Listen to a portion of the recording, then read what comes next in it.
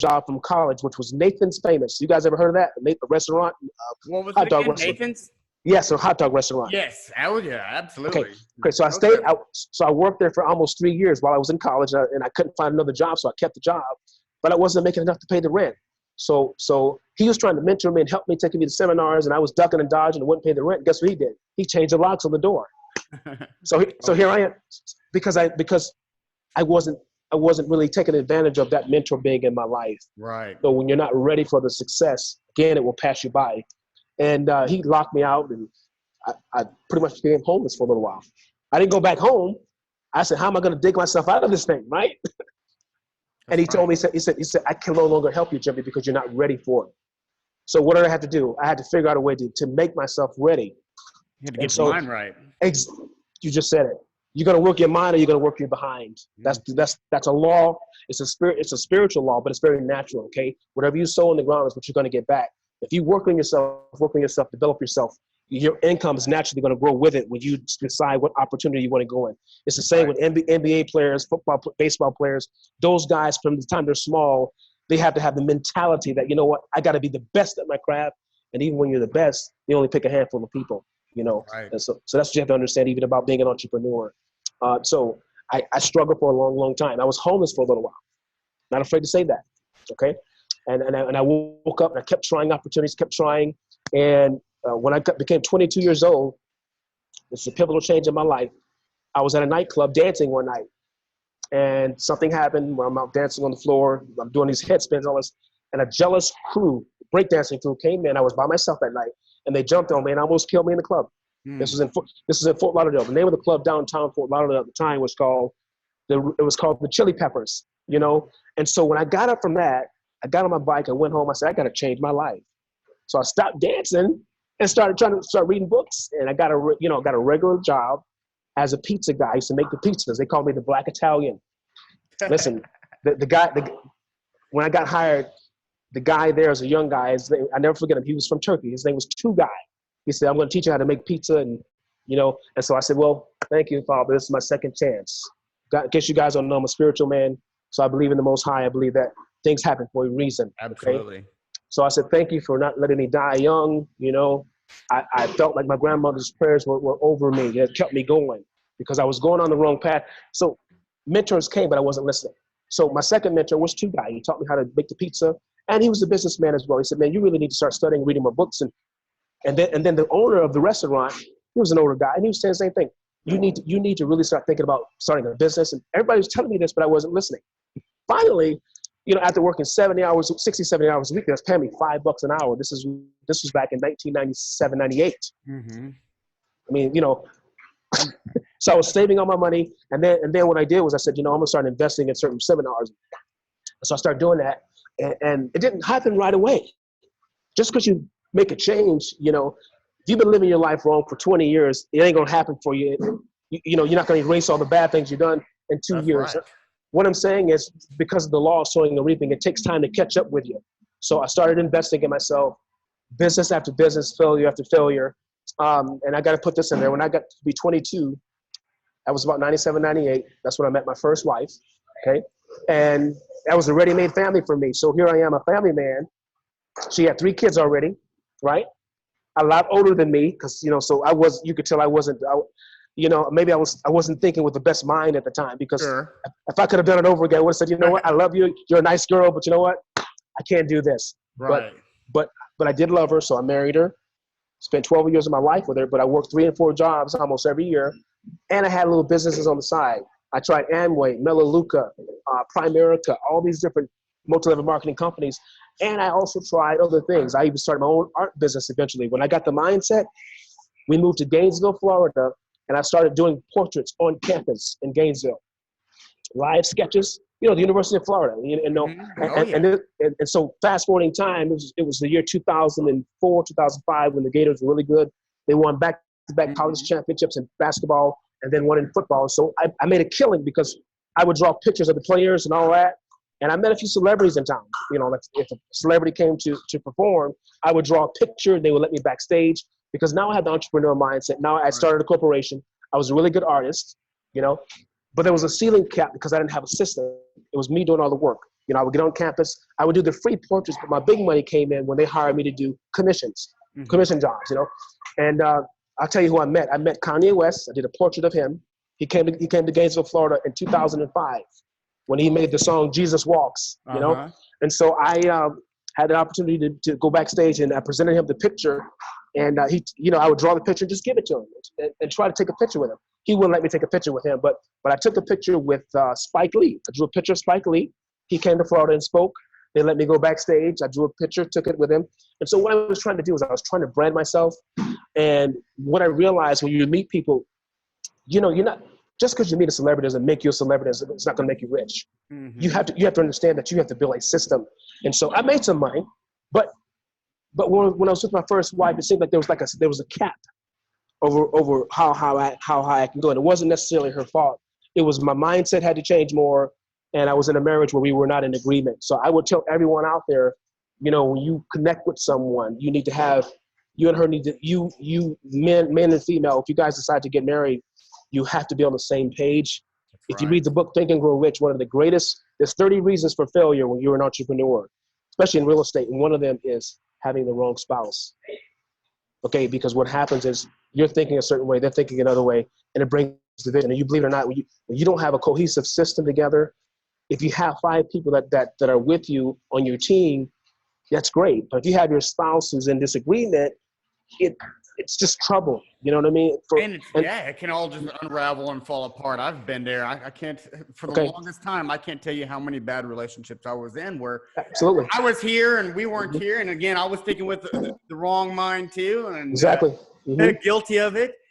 Right. Okay, so I think we all been guilty of it. The next thing you know, I'm stuck in a bad relationship. I'm committed, but it's just, you know, you see all the writing on a wall. It's okay. Well, if you're not meeting here, you know, it's just going to fall apart, and it really does. And it's happened in every single bad relationship I've ever had in the past. And at some point, a few years ago, I said, you know, unless we're meeting here, you know, head on. You know, it's just, you're not going to be right for me because I know that it's going to fall apart.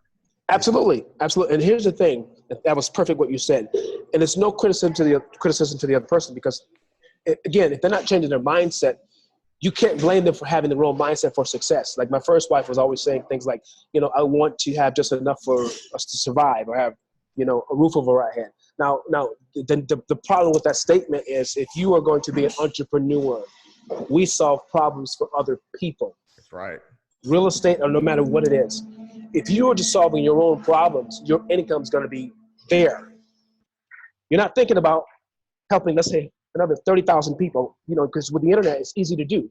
Or another 10 people. You're just thinking about your house. You know, I use the old phrase, you're for no more. And that's her mindset. It was like, so Jimmie, just go get a job. I heard that so many, even though I was working 3 and 4 jobs and doing my business on it, it wasn't enough for that person. They just, because they were just thinking about themselves. And I said, wait a minute. After reading books with Warren Buffett and, again, Think and Grow Rich tells it all. When you start thinking about, and there's so many other books you can read, Rich Dad, Poor Dad, that's another good book. You start thinking that, okay, if I don't think about building a business where it's going to impact the lives of others, my income's always going to be limited. Boy, that's why you have 95% of the people on the planet, they're just trying to make an income for themselves and their family, which is nothing wrong with it. But don't expect to be a millionaire.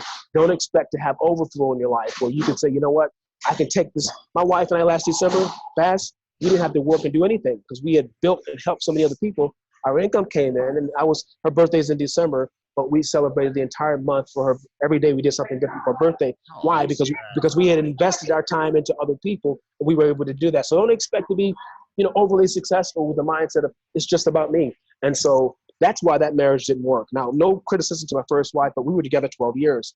I helped the kids, get up to some size, and it was a horrible, tragic divorce. Because when you divorce, it's almost like someone dies.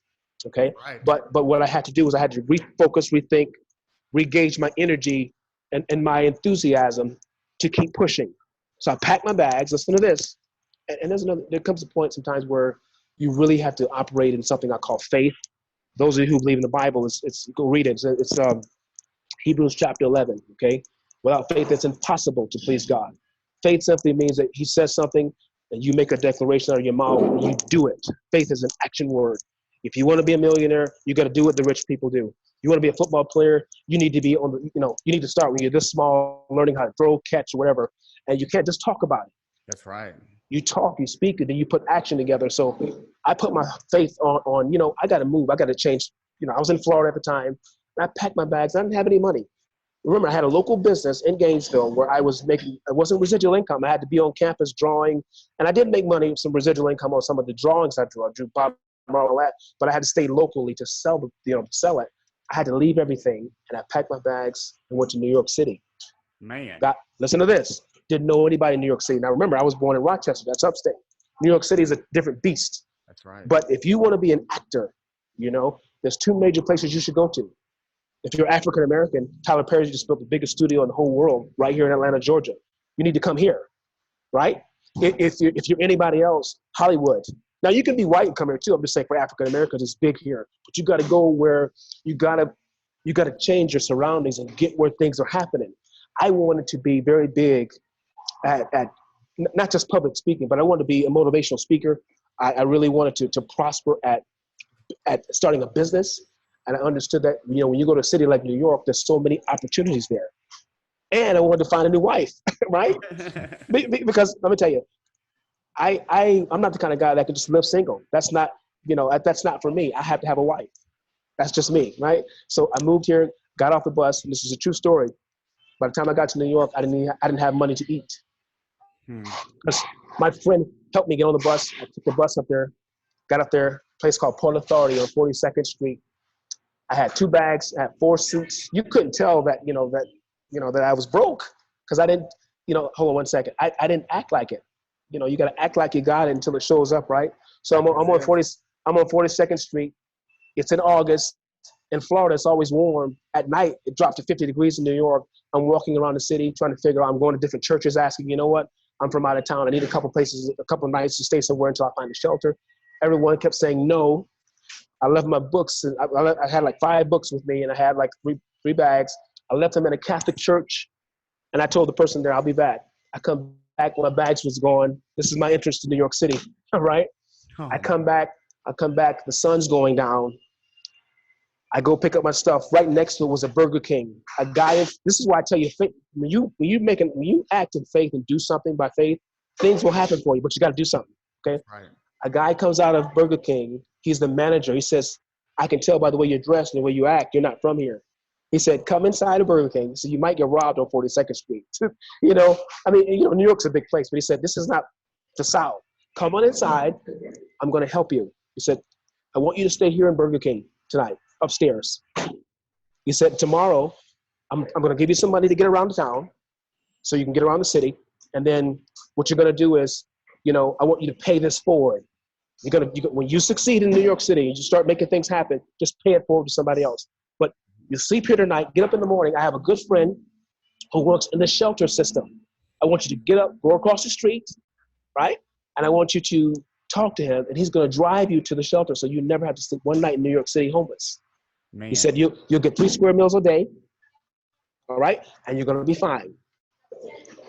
And he said, I was in a situation. He said, I'm Puerto Rican. He said, my mom died about a year ago, and I had to fly to Puerto Rico. He said, and I was managing Burger King, and Burger King told me I had 3 days to get back here. And I went to go bury her, and I got to Puerto Rico, and I didn't have the money to get back. He said, I'm at the airport, my head down. He said, I had faith to get there. I had to get there. It's my mom's death. He said, I'm crying at the airport. He said, another guy come taps me on the shoulder. He said, what's wrong? He said, I got to get back to work in New York, but I don't have the money. So the guy reached in his pocket, gave him the money to buy the ticket to get back to New York. Wow. The guy told him to pay it forward.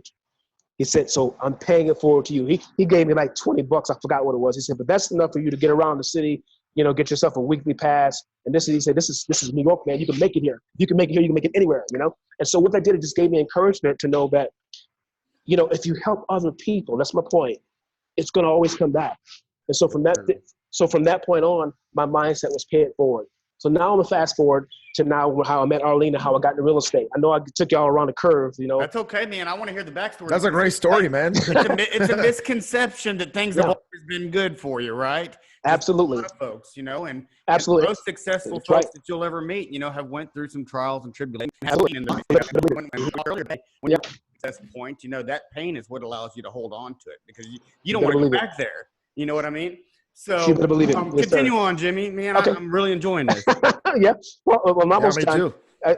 Thanks a lot. I'm almost done, but I really wanted to give you the gist of where I'm coming from. Like, again, like you said, the misconception when we see people succeed, they go, oh, he must have scammed someone. I can't tell you how many people call me a scam artist and a fraud and don't know what they're saying when they say that. They have no idea that, no, I've been defrauded. I've been scammed. I've hooked up with the wrong people. I've had some bad things. I'm not going to complain about it, but those things have happened to me, and I'm not going to go talking about it, because you know what? Anybody that does that to me, the Most High will take care of them. I got to stay focused. I got to stay positive. I can't let their negative energy that's in their life be projected on me to push me down, you know? And so back to the story, you know, I didn't stay one night homeless. The next day I got up, went to the shelter, and here's what I did. They said, okay, now that you're in the shelter, we're going to take you up to a place called Ward's Island. It's in Manhattan, but it's right next to the worst prison probably in the country, a place called Rikers Island. So Rikers Island was on one island. This is all Manhattan. And then Ward's Island was right next to it. So all the prisoners, when they came out of there, they would go to Ward's Island if they didn't have a place to stay, because Ward's Island was a free place to stay. So I was in there with a bunch of prisoners. But here's the thing about that. Because I understand how the systems work, and I understand that sometimes people are in a disposition and they're going through something, okay? And because the way the system's set up, I didn't look down on those guys. I understood that, you know what? I had to figure out a way to pay it forward. I can't be scared of, you know, I quote unquote my own people. I saw a lot of people that looked like me there, and a lot of them, you know, believe it or not, 25, 30% of them were not mentally stable because they, you know, drug addictions and things of that nature. So what I did, my attitude was, I'm going to go there. I'm going to make an impact. I'm going to preach to them if they allow me to. You know what I mean? They're going to see me. I'm in a homeless shelter with a suit on, a pinstripe. So they're like, "Who's this guy? Are you a pimp or what?" You know, and I said, "No, I'm not a pimp." You know, it's everybody with a suit on. It's not a, you know what I'm saying? But I was there for about 2 months. Okay, and while I was there, they gave me an option. They said, "Listen, you can work." And here's how I met Arlene. They said, "You can work in the welfare system. What we'll do is we'll pay you $1 an hour. You got to work 40 hours a week. We're going to give you train fare for the month. We'll give you a stipend of $1 per hour. So you'll get $40 a week. You'll get train fare for the month. And we'll take you and move you to Brooklyn in what we call an outhouse. Not an outhouse, pardon me. It's like 15 guys in there. You get a place to stay. They'll pay for that for the month." I said, "I'll take it." They said, "What kind of work do you want to do?" I said, I want to work in the welfare system. I want to see how it works." So what they do, they sent me to Brooklyn, and I would go to where, people go and collect the stamps and, you know what I mean? All the help from the government. And you had a lot of people, all types of people. I mean, when I say all types, not just people that look like me, it was all kind of people coming in there. And a lot of them were really hurting financially. They couldn't pay their bills. And the thing what people don't know about New York City is in the wintertime, your light bill could drastically go up because of the heat. It could be $200 a month in the summer and $800 in the winter through a company called Con Ed. So they put me right beside the woman that called the shop. She could pick up the phone if somebody's lights were off. She could make a phone call and have it turned back on. And I was right beside her. So I would go in there, and I'm looking at the system. And my point is, it breeded passion for me to help people. This is where this whole calling to, not just when I got into real estate, I knew it was a way for me to help people own property and create wealth. So I saw all this poverty. I saw what they were going through, and I was, it was making an impact on me. And there were certain times where, I'm going up I have to go to the 6th floor every day, and there's a bunch of people on the 2nd and 3rd floor, and I had people coming say, "Hey, sir," because they thought I was like the main guy, and I was nobody. I was just working the assistant. I was an assistant. But the perception, because I had on a suit, was I'm running the place. They come and say, "Jimmy, can you please get me out of the situation?" And I'm like, you know what? Get in line like everybody else, and I wish I could help you, but I can't. You have to go through a system, a process. One lady followed me to the 6th floor. She was like, "You're going to help me today." So I go in there and I talk to the woman. The woman said, "No, we're not going to turn the lights back on." And when I saw that, it put a hole in my heart, because this young lady, had a newborn. And of course, we don't know the whole situation, why she was in that predicament. But when you don't, and it's cold in the wintertime and their lights are off and that's what really propelled me. I said, I got to find something where I can help people come out of that. Man. And I knew I had to do something with mindset, because that young lady was in a system. And if she don't change something with her mindset, and begin to get some education, not regular education like going to school K through 12. I'm talking financial education, how to invest, how to start a business, those kind of things. How our education system should be, by the way. Yeah. You know, I tell you Absolutely. what, I wish that instead of, you know, taking biology and algebra and all this stuff, they would have gave me a business class, an accounting class, and, you know, a socializing class and all this other stuff that Absolutely. I'm really going to use in the real world. But absolutely, that's a whole nother thing right there.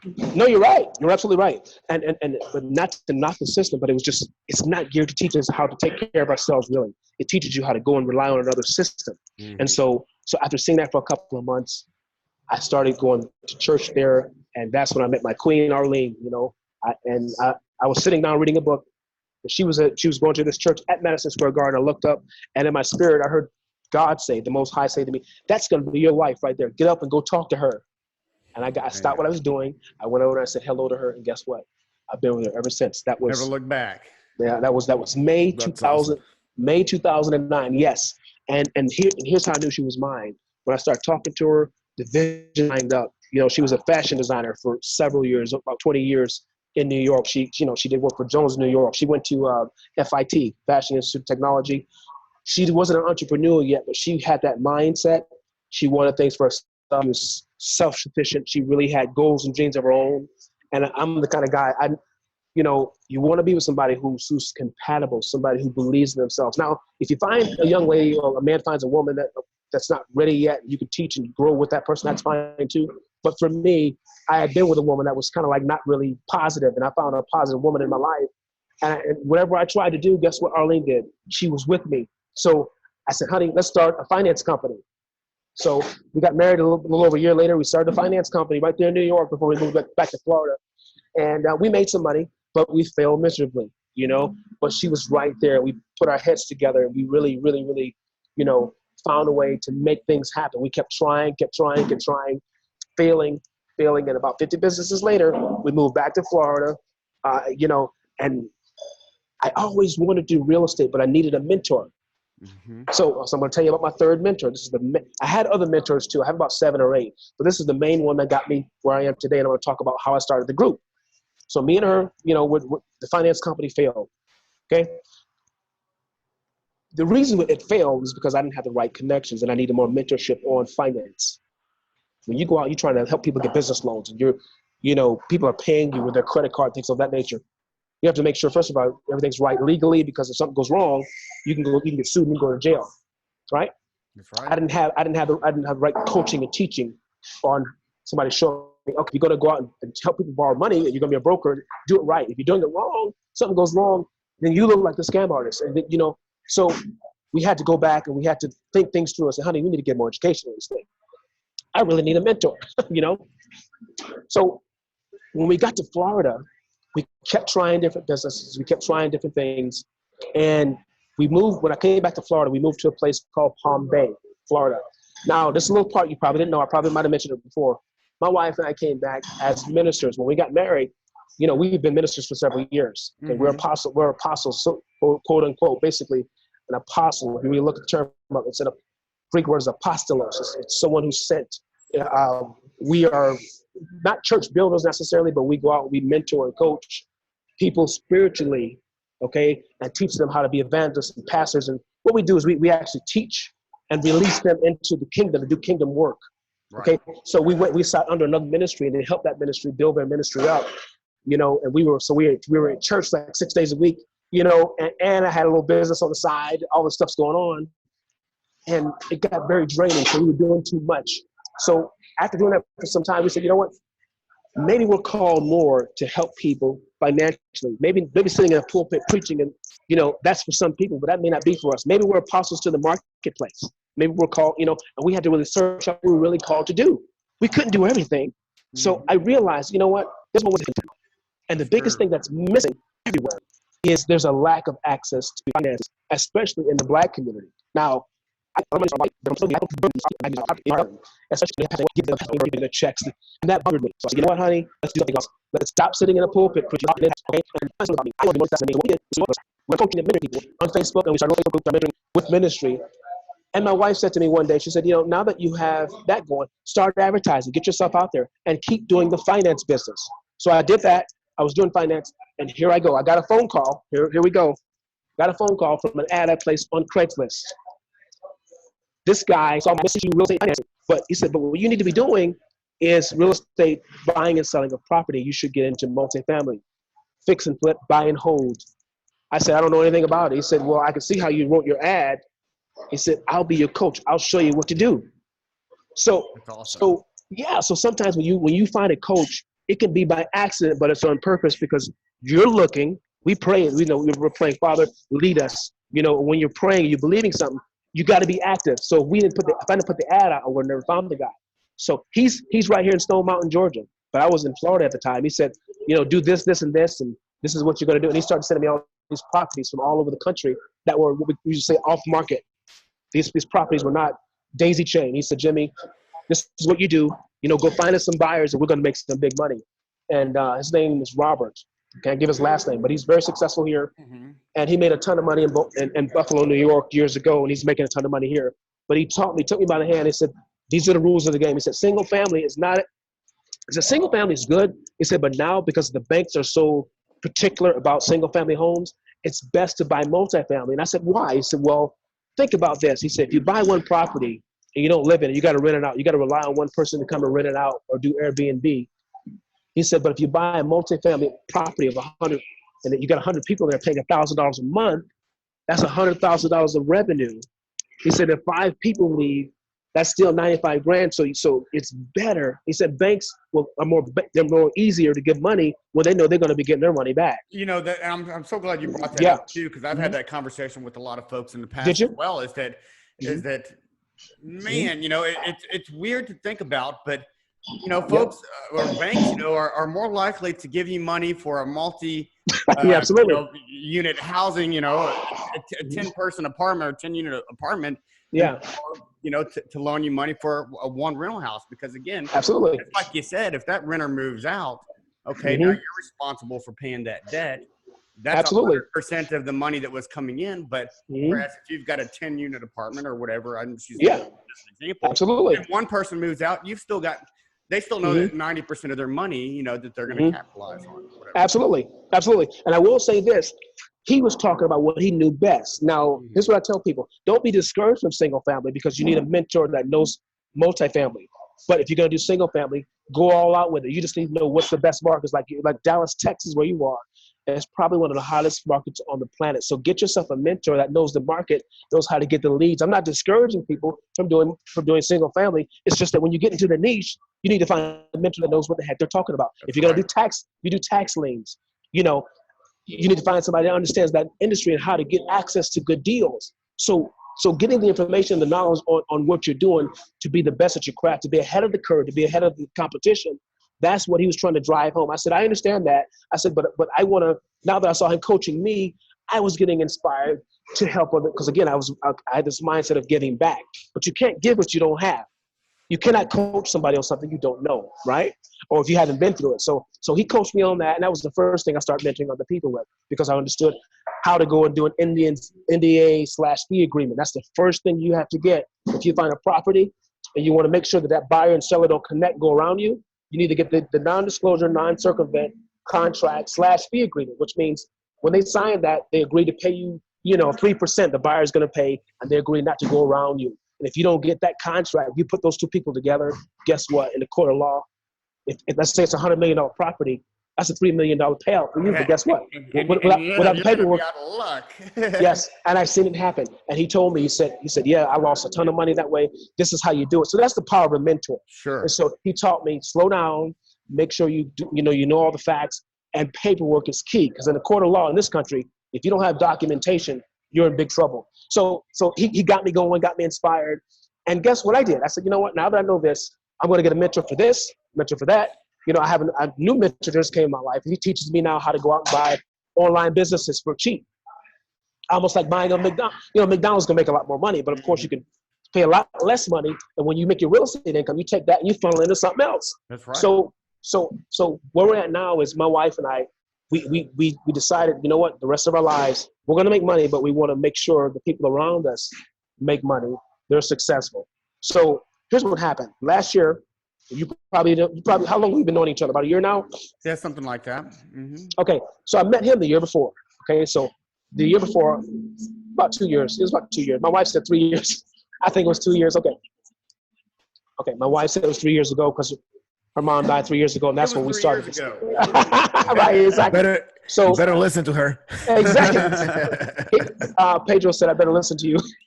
So it was 3 years ago. So what we did was, we were going online, we were going to Facebook, we were looking around, and we were joining these other groups, okay? And so what I started doing is going to these other groups and trying to get a feel for the other wholesalers, because, when you're on Facebook, you want to try to work with people that want to work now. You don't want people that are just BSing around and, maybe one day, they send you a property, you don't hear from them again. Mm-hmm. So I was making my way around in the other groups, start building an email list. So when I did that, and I had the mentor, and he was showing me, I would send these properties to people, and we were getting some deals put together. A lot of deals, by the way, 99% of them fell apart. So I want to throw that in there. People think you're going to put a deal together and that's just it. No, somewhere along the way, if all the ducks are not in a row, most of those bigger deals, there's a little loophole, and it just falls apart at the end. And he told me that. So I started going to these other groups, building my email list, and I'll tell you how I did it. I had another mentor that came right after him. All he did was he had properties. He could get properties in all 50 states, off-market deals. He had a good business relationship with auction.com and all those companies. So he would get because he knew the vice president of that company. So he could go in and send me a list once a month with, I'm talking properties in, Alpharetta, Georgia, and, Rochester, New York, any state. Sometimes the list was like 4,500 properties, all 50 states. And he gave me that list. So what I would do is I would go in this group and say, hey, listen, I have an off-market list coming in, twice a month. And I would say, send me your email. And I'll never forget this. One of my groups that I was in, one of the groups, I got 800 comments, guys. 800 emails. That's how I built my email list. So 800 emails. So sometimes it would take me, I was still working in the daytime doing different things.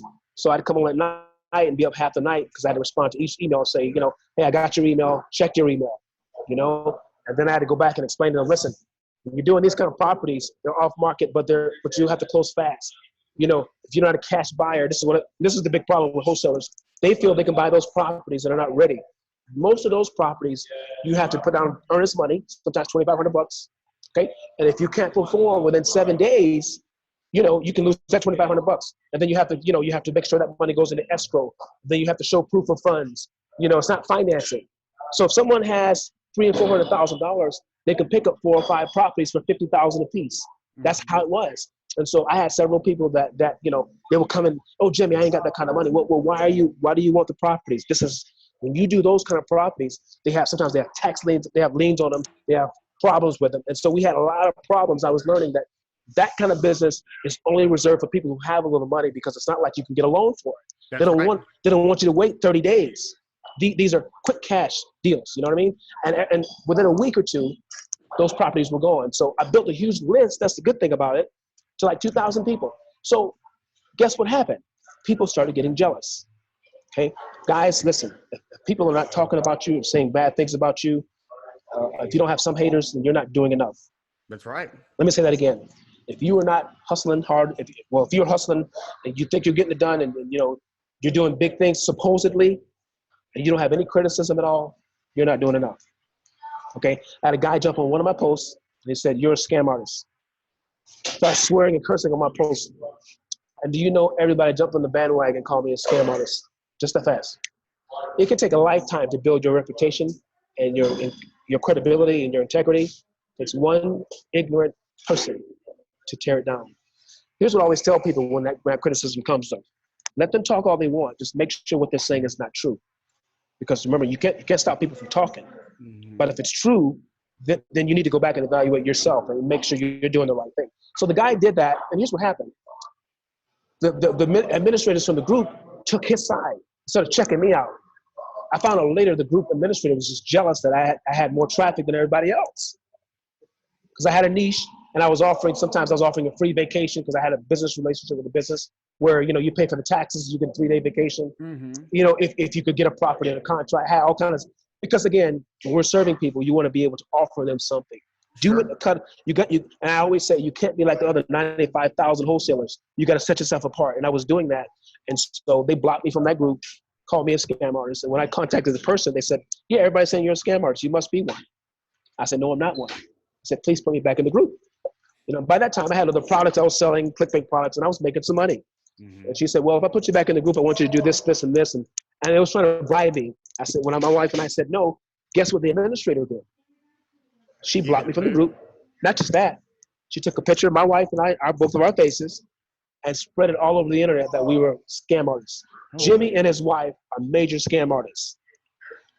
All over the internet, not just my group or other pages, but they went to all the other REI Facebook groups and told them, blacklist this guy, sock it to him, don't let him in the group. And so I was going to the other groups trying to get in, and they would say, "No, you're blacklisted. You're a scam artist." The good thing about it was publicity, but it was the wrong type. And it was horrible for me. And let me tell you guys one more thing. There was a very successful real estate investor. If I said his name, you guys will know who it is. But one thing about my wife and I, we don't get a thrill in tearing down other people. We don't do that. Just because other people get a thrill out of it, we don't. That's right. I could tear him down right now, but what does that do for me? Nothing. Nothing. And I found out the other day, this same guy, people were saying that he's booting everybody to the group and he's a fraud. And I told my wife, I said, "Listen, people are going to talk, just like they talked about me." And I said, "I pray what he's doing, what they're saying is not true, but we're not going to repeat. We're not going to go talk bad about him because other people are. We're going to keep doing the right thing." And this guy is famous. If I said the name, you'd be like, "That guy?" Now, I was just coming up. He jumped on a post, and I saw the post, a thread. And he said, "Yeah, Jimmie's a joke. Don't know me personally." And when people attack you, they don't know you personally. It says two things about them. They're quick to jump on the negative bandwagon, and it's something about what's going on inside. They take the time to be negative. That's projecting something from within. If they take the time to be negative toward a person they don't know, this first time in a long time, me as a grown man, all you have to be 1,000 people, all people when the scam broke, I saw all these spreads, all this negative stuff. People just jumping. That you could serve people and do hard. They change. How they feel about you. We'll say here's something. What it lets me know is they haven't tried to say, what, I'm gonna stand with that man. I'm gonna take my word. And that's what hurt me. So my wife said, "Stop looking at the comments, because when you people start criticizing you, you look at the guess what she told me? Listen, tough either started September 2018, and we grew 1,000 first month, second month like 3,000, fourth month like 5,000, and now we're 2,000. Now I have a whole team now that watches things for me. I'm going to move on anyway. And so that's how I started coaching. And if you look at if you go to my page, this, I just give out tons of free content to them. In addition to that, I have a private group, because when people see all the free content, they may want more information. They want to get me on the phone for 20 minutes, and they want to book me anytime they want to get some counseling. "Hey, Jimmie, how do I put this property in the contract? How do I get good, comps? Is this a good investment?" And they want the mindset transformation, which is something that I started focusing on, because I realized a lot of these younger people, even the older guys, don't have it here. They want to get me one-on-one. I said, "Well, you join this group over here. You got to pay a fee for my time." And so that's where we are right now. And so I love it. Now, the people that joined me last year in 2019 to help make the group a success in the private group, I've given them a free year, 2020. Those people that joined last year, for the entire 2020 year, they can call me, to call my team. And if they need to get me, they can book an appointment and talk to me for free. Because I said, "Listen, you guys stuck with me in 2019. You helped me make this a success. Here's my reward for you. 2020, all of you guys, you can talk to me. We can talk. If you want to go over something with a property, I'll give you my advice, and I'm there for you." Because when you serve people and they reward you back by paying you and serve you back, those are the people I want to ride with forever. Sure. Listen, it's not the first sale; it's the second sale. This is a business relationship business. It really is. If you think about it, real estate, real people, real estate, real property, real title companies, real contracts, real attorneys. So when you hear people say, I want to make $1 million as a wholesaler, but I don't want to talk to nobody, or that person's a piece of crap and I can't work with that, that's the first sign that they don't understand this thing. You have to deal with people, and you have to have a right attitude about it, because the money is going to be, the residual money you're going to make is a reflection of your attitude. Your attitude is going to determine latitude. And let me tell you, man, it's 95% attitude, 5% skill. Okay? And let me just shift gears and talk about Kobe Bryant. That was the second time I cried in a long time. I'm going to talk about the Mamba mentality, you know, the Black Mamba. Mm-hmm. He got that title after all the bad things happened in 2003 with the rape charges. I got to bring all it up so you know where it came from. He said, you know what, since everybody hates me, and whether he did it or not, I was not there. I'm not trying to dispute that. But after winning 3 championships, going into the 4th year, they got beat by the San Antonio Spurs. I remember it like yesterday because I was a big Magic Johnson fan. When Magic left, I started following Kobe. And it was the same way with me, man. You understand that? I'm a huge Lakers fan. Absolutely. Okay. And so after it happened, you know, those allegations took place. And I'm not trying to be political here. So if a man rapes a woman, I think that's crazy, and that person should be stopped. I was not there. I don't know. All I know is he never got convicted of it. So I don't want to get into that. But what I'm saying is, he said after that, he said, you know what, since everybody's looking at me this way, I'm going to work harder. I'm going to outwork everybody. Everybody kept saying that, you know what, you're nothing anyway. Without Shaq, you couldn't have won those 3 championships. Now, Shaq just said the other day, without Kobe, I couldn't have won. So Kobe said, you know what, I'm going to go on an assassin mentality. Although I'm talented, and this is what he said, guys. This is the power of spoken word. This is why I tell people, you're going to get what you speak. He told Tracy McGrady when they both came out of high school, because Tracy McGrady came out of high school as well. Mm-hmm. So live with Tracy McGrady. He looked at Tracy McGrady. Tracy said, what do you want out of this thing? He said, I want to be better than Michael Jordan, and I want to die young so I can become immortal and leave a legacy, immortalized. He said that. Man, that's you never say, listen, if you want to live to be 70 or 80, you want to be a billionaire, you got to start, because what happens is you set a law in motion when you start talking. I don't know if he ever changed those laws, because I guarantee you his daughter they said she was going to be better than him at the 3-point shot. He taught her, you know, can you imagine having Kobe Bryant as a dad? And she was 13, she was in position to be better than him. That's what they said. And she was on the plane. So if he would have rethought that, he'd probably be like, you know what? No, I want to stay around till I'm 70 or 80 to see her surpass me. You know? But he said that. I'm not sure if he ever retracted. So fast forward time. So what he did, back to what I was saying, he went on an assassin's mentality. He said, I'm not trying to be your friend on the court. I'm trying to annihilate you. Just like they annihilated my character, every opponent I go against. And he said, listen, Shaq can go. I'm going to rebuild this thing. We're going to move some things around. I'm going to get Coach Phil Jackson back, because, you know, nobody wanted to deal with this guy. He had to go back and get Phil Jackson to coach again. You know? And 2008, when they went up against Boston, they got beat. Tears in his eyes. And he said, the Mamba mentality, if you look at a black Mamba, that's the only snake that will literally run you down. Now, I grew up in the country, so I would be out fishing, and moccasins, you know, a moccasin's a dangerous snake too, very venomous. Oh, yeah. It will come out of the water after you, but you have to be in its territory.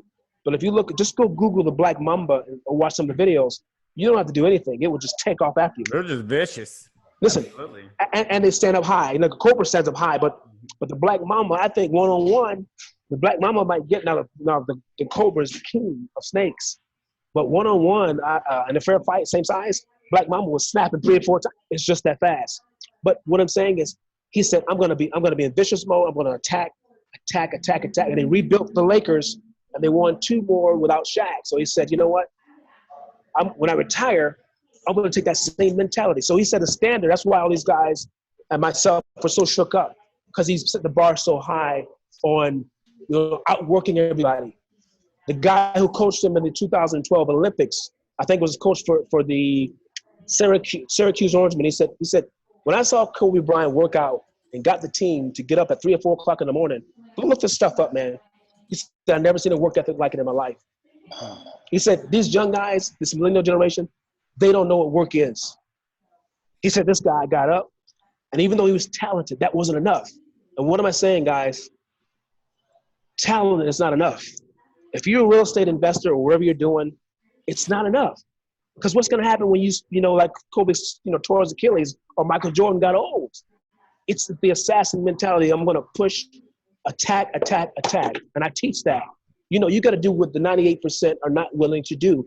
And so when he left, listen to this, guys, when he left the game of basketball in 2016, he shifted. He said, you know what? Let me go and put my time and energy into my family. to my girls, and to being an entrepreneur.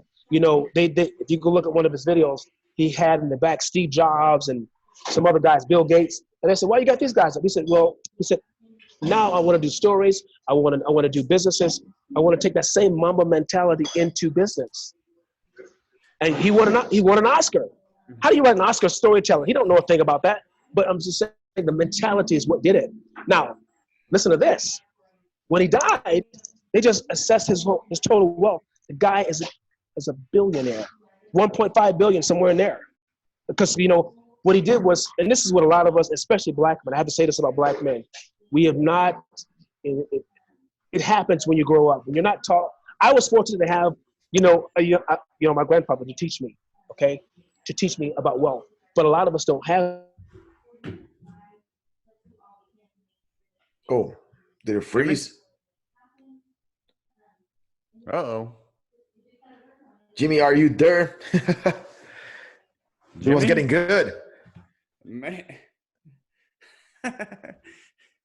Oh, well. Technical issues. It happens.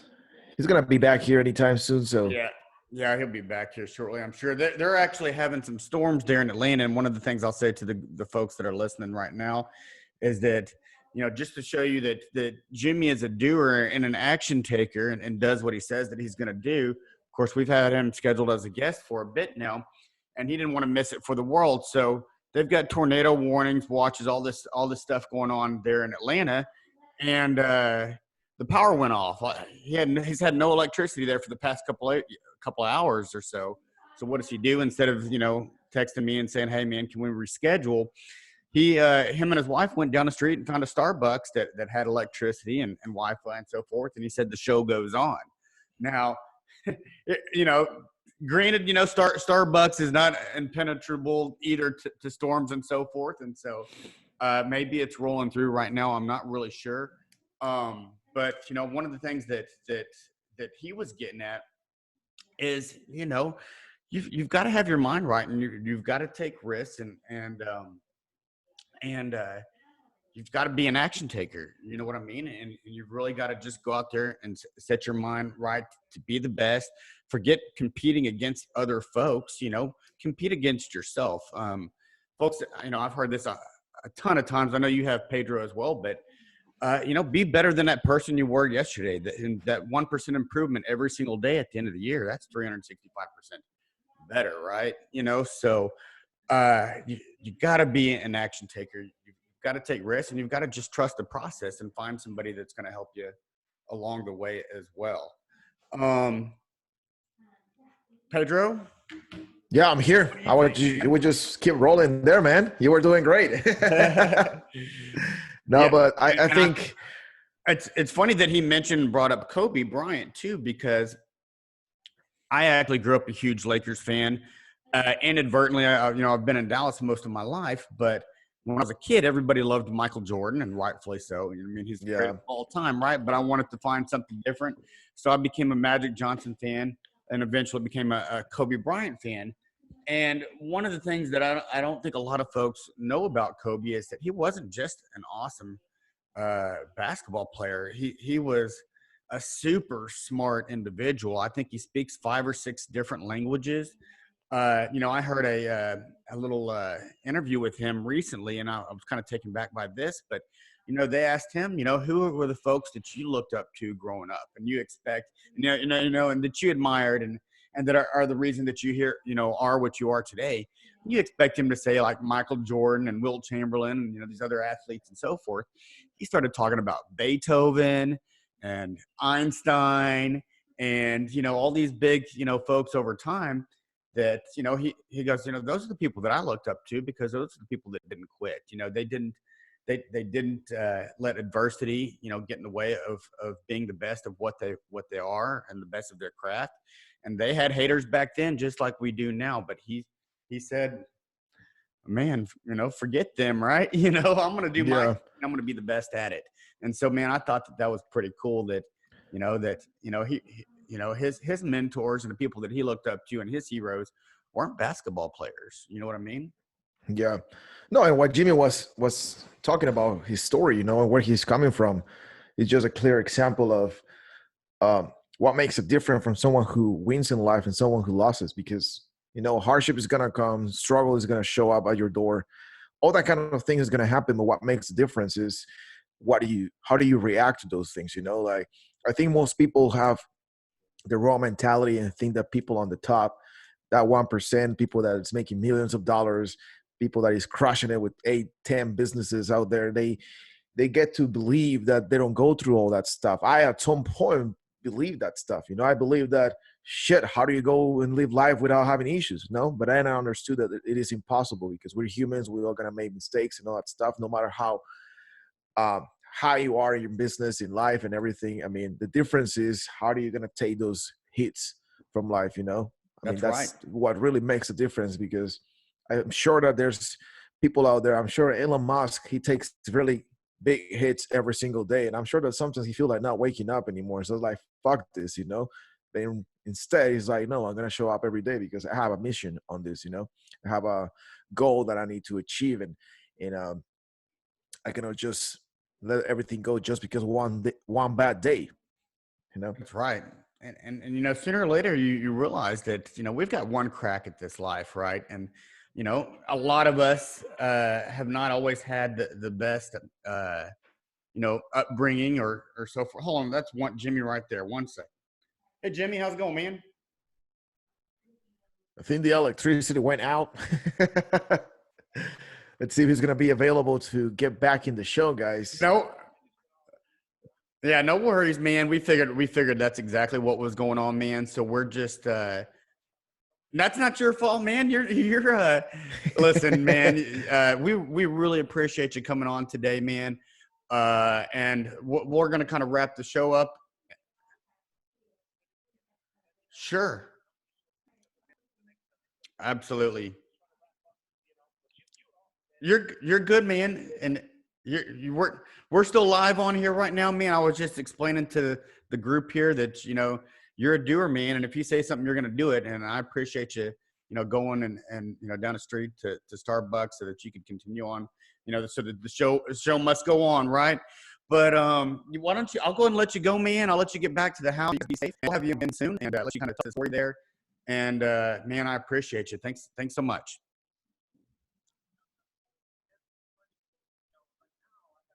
Yeah, guys, he couldn't get back online, so we're just gonna wrap it up here. And if you guys have some questions, drop it in the comments, and Jimmy can answer all of your questions. Remember that we have other episodes we're gonna be posting in the groups, so you guys can rewatch them. There's a lot of great value, great content out there that you guys can use for your. Cool, man. Thanks again. So okay. He couldn't get back. He said that the power is off there, that the lights are all off there. You know, and man, you know, just to show you Jimmy's tenacity, he goes, man, if you want to put me on audio, man, he goes, if they can hear me, he goes, I'm happy to answer some questions. You know, they don't make a whole lot of guys like him these days, you know, with that tenacity and that mindset.